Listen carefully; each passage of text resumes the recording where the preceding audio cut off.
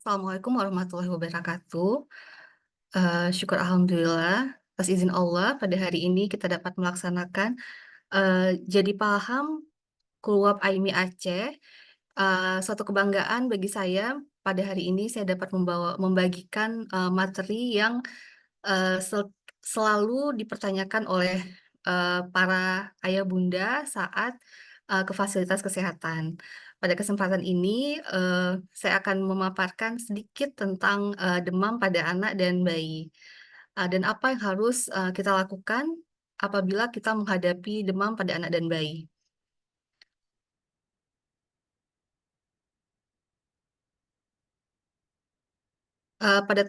Pada hari ini kita akan membahas, beberapa topik, yaitu kapan disebut demam, bagaimana cara pengukuran demam yang benar, apa yang perlu dipantau jika anak demam, kapan anak demam, perlu dibawa ke rumah sakit, bagaimana dosis dan sediaan obat demam, bagaimana bila anak muntah setelah minum obat, bagaimana cara penyimpanan obat demam yang benar, dan, hari ini kita akan membahas mitos dan fakta seputar demam. Kapan kita sebut, demam, itu apabila peningkatan suhu tubuh mencapai 38 derajat Celcius yang diukur dengan termometer di lipatan ketiak. Kita, eee eee, apa, mem kita, eee, ap eee, kit apa, me menyarankan untuk seluruh, tenaga medis untuk melakukan pengukuran Eee, suhu tubuh itu lipatan ketiak, tidak menggunakan di tempat yang lain karena, mencegah kontaminasi terhadap kuman atau bakteri. Demam ini adalah keluhan yang paling sering yang membuat orang berobat, biasanya kalau penyakit-penyakit yang lain seperti, batuk pilek mungkin anaknya masih lari-lari, orang tua pasti agak, tidak jarang membawa ke dokter, tapi kalau sudah demam pasti, langsung. Terus, demam sebenarnya, bukan sebuah penyakit, tapi, adalah, tanda, eee, ha ada akan tanda dari reaksi tubuh yang terjadi. Sebenarnya, kita tidak perlu khawatir, dengan demam, karena, demam itu sendiri diciptakan oleh tubuh dengan menaikkan suhu agar virus dan bakteri tidak mudah, berkembang biak. Tapi pada beberapa anak yang di usia 1 sampai 5 tahun itu, demam ini dapat menyebabkan kejang demam. Eee, Banyak orang tua yang meraba kepala anak, muka, perut anak, itu dapat membantu, mengetahui adanya demam atau tidak, tapi ini sangat tidak objektif. Jadi pengukuran suhu tubuh dengan termometer merupakan cara yang benar untuk menentukan adanya demam. Suhu tubuh normal anak sebenarnya dapat meningkat apabila, saat pagi dan sore hari, terlebih, pada saat anak, baru beraktivitas. Nah, suhu tubuh normal, pada anak itu, berkisar antara 36 sampai 37,5. Ini adalah beberapa penyebab demam, yaitu, demam itu bisa disebabkan oleh infeksi virus, bakteri, jamur, maupun parasit. Bisa disebabkan oleh, setelah vaksinasi, toksin, atau ada beberapa penyakit metabolik yang dapat menyebabkan demam, atau, anak yang demam terus-menerus ternyata adalah suatu tanda dari keganasan. Bagaimana cara pengukuran demam yang benar? Saat ini sering kita gunakan termometer digital, itu dengan cara, dibersihkan dulu dengan sabun atau kapas alkohol dan bilas dengan air dingin, tekan tombol untuk menyala, letakkan sensor di bawah lipatan aksila, pegang termometer sampai berbunyi. Keuntungan dari termometer digital ini adalah mudah dibaca, berbunyi jika selesai, lebih cepat, dan kerugiannya adalah lebih mahal, perlu baterai, harus berhati-hati untuk memegang termometer jika anaknya rewel, karena, memiliki resiko untuk tertusuk. Nah sekarang seiring perkembangan zaman juga ada termometer telinga. Eee, itu diletakkan di ujung ke dalam liang telinga, harus tepat di liang telinga, terus tekan tombol untuk memulai, setelah 1 detik akan muncul hasil pengukuran suhu. Ini dengan infrared ya biasanya. Keuntungannya adalah sangat cepat terbaca, lebih mudah digunakan untuk anak yang rewel. Kerugiannya perlu baterai, harus diletakkan di liang tepat di liang telinga dengan baik agar terbacanya secara tepat.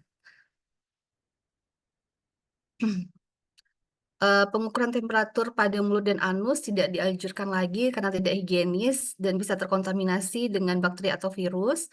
Dapat menyebabkan efek trauma pada anak bila tidak mempunyai alat ukur suhu. Meletakkan tangan di depan permukaan kepala dapat membantu, tetapi itu tidak objektif. Tapi kalau memang tidak ada, itu bisa dilakukan, tetapi tetap akan dikonfirmasi dengan pengukuran suhu dengan termometer. Selalu letakkan petunjuk termometer ke yang minimum. Jadi sebelum digunakan itu eh, selalu di setel ke 0 dulu. Selalu gunakan tempat yang sama untuk cara pengukuran suhu, karena dapat berbeda antara satu tempat dengan tempat yang lainnya. Nah, apa yang harus dilakukan apabila anak demam? Penanganan awalnya adalah cukupi kebutuhan anak sesuai dengan usianya, skin to skin kontak dengan ayah atau bunda, kompres air hangat di area lipatan tubuh. Jadi, kompres air hangat itu eh, yang paling benar adalah di lipatan ketiak dan lipatan paha. Kenapa? Di situ adalah area pembuluh darah besar sehingga terjadi penguapan oleh pori-pori. Terus berikan obat paracetamol atau ibuprofen untuk mengurangi rasa tidak nyaman. Nah, jika anak demamnya tinggi saat tidur, maka tidak perlu anak dibangunkan apabila anak terlihat nyaman dan tenang. Kita boleh memberikan kompres hangat di lipatan tubuh. Kapan anak harus kita bawa ke rumah sakit? Itu apabila anak berusia kurang dari 3 bulan, suhu tubuh naik berulang lebih dari 40 derajat Celcius, anak lemas, mengantuk, atau turun kesadaran, disertai perdarahan, anak kejang, dan kita harus mengetahui tanda-tanda dehidrasi pada anak. Paling gampang adalah dengan cara melihat kencing anak. Apabila anak berusia kurang dari 2 tahun, maka kita lihat apakah selama 6 jam anak ada kencing atau tidak. Kalau di atas 2 tahun, kita dapat memantau selama 8 jam. Apakah anak ada kencing atau tidak. Kalau lebih dari 8 jam tidak kencing, artinya anak dehidrasi. Dan satu lagi tanda adalah urin berwarna lebih gelap. Dan jika ada tanda-tanda ini, maka anak harus langsung segera dibawa ke IGD terdekat. Nah, bagaimana pemilihan obat demam? Sekarang kan masih ada yang bingung pakai paracetamol atau ibuprofen ya. Nah, kedua obat ini sebenarnya ada kelebihan dan kekurangannya masing-masing. Paracetamol itu memiliki efek anti nyeri, tapi tidak memiliki efek anti radang. Dia tidak mengiritasi lambung, jadi kita boleh memberikan paracetamol tanpa menunggu anak makan terlebih dahulu. Dan tidak mengganggu fungsi trombosit. Ibuprofen itu memiliki anti nyeri dan anti radang, tetapi kekurangannya adalah dapat mengiritasi lambung dan dapat mengganggu fungsi trombosit. Jadi kalau ditanya yang mana yang paling aman, kita akan memberikan yang paling aman adalah paracetamol. Tapi apabila anak memiliki alergi paracetamol atau peningkatan fungsi hati, maka kita akan memilih ibuprofen sebagai obat anti demam alternatif lainnya. Uh, Kita akan belajar bagaimana cara menghitung dosis obat. Kita mulai dengan paracetamol. Nah, si paracetamol ini sediaannya itu ada drop, ada cair atau sirup, atau suppositoria yang kita masukkan lewat dubur. Nah, dosis dosis paracetamol ini adalah 10 sampai 15 mg per kilogram berat badan per kali pemberian. Ini contohnya adalah paracetamol drop.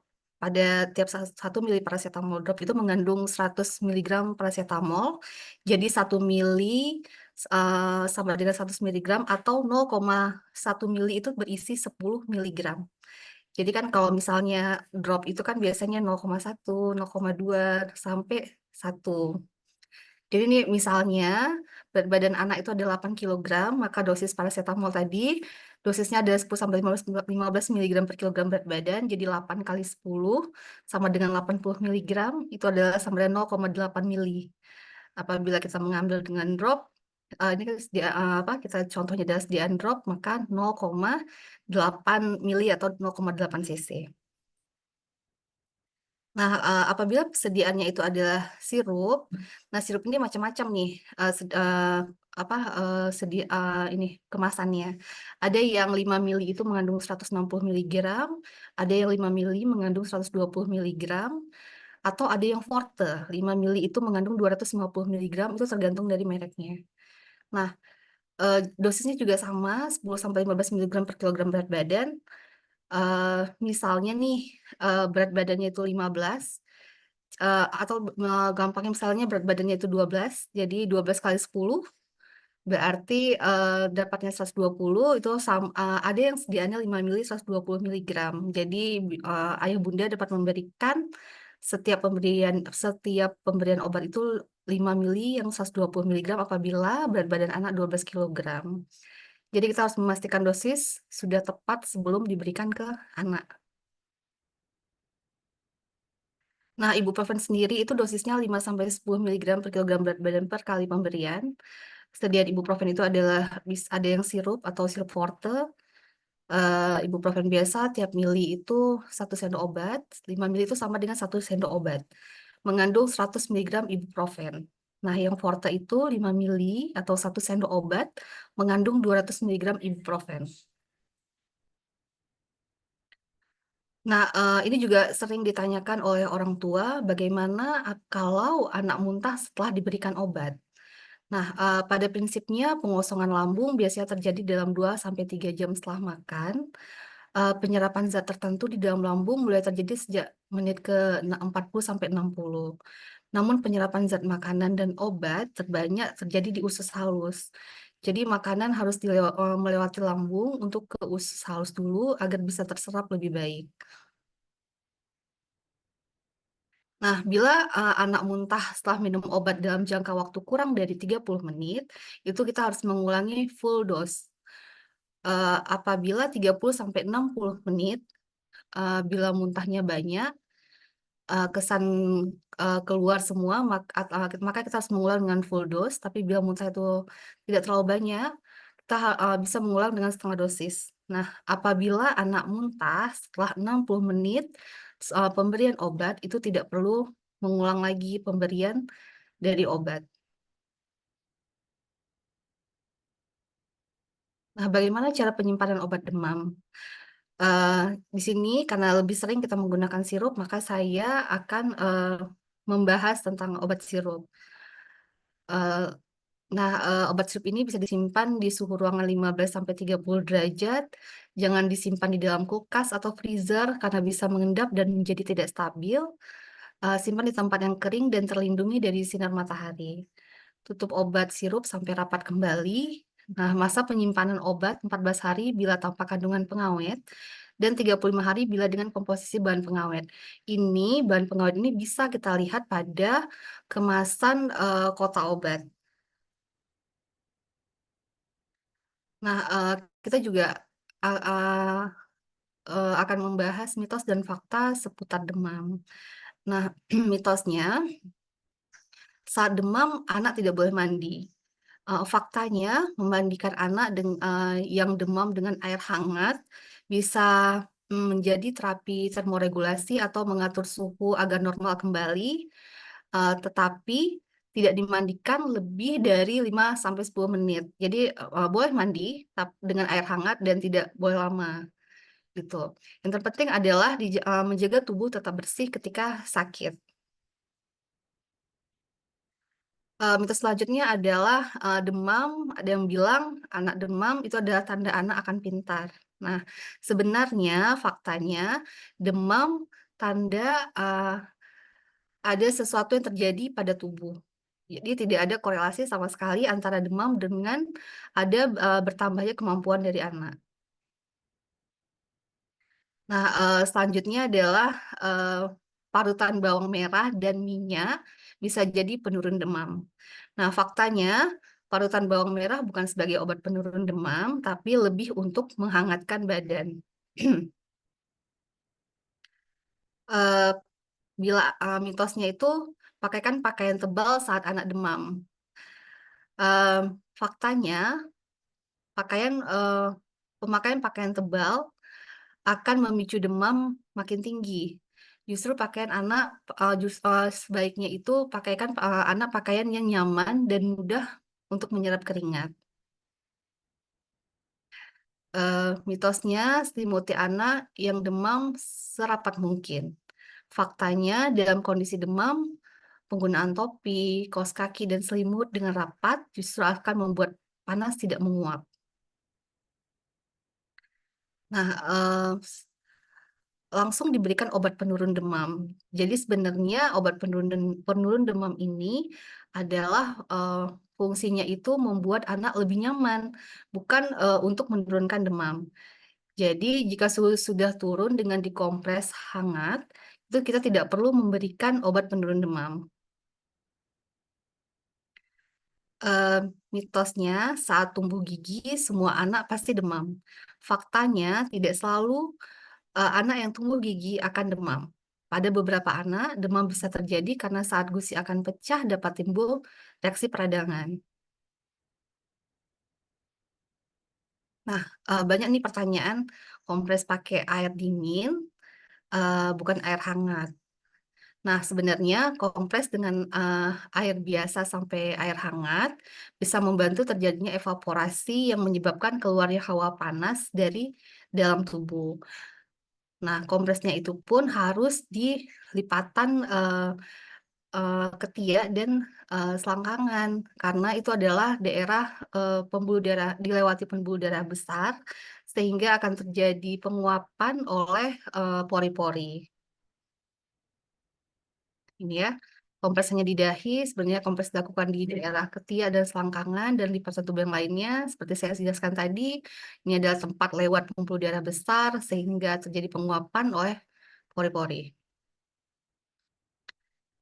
eh, Satu lagi sering juga nih setelah eh, imunisasi langsung diberikan paracetamol padahal anaknya belum demam. Nah, faktanya bila paracetamol diberikan sebelum demam akan mengganggu proses pembentukan antibodi sehingga kekebalan yang tercipta tuh akan lebih rendah.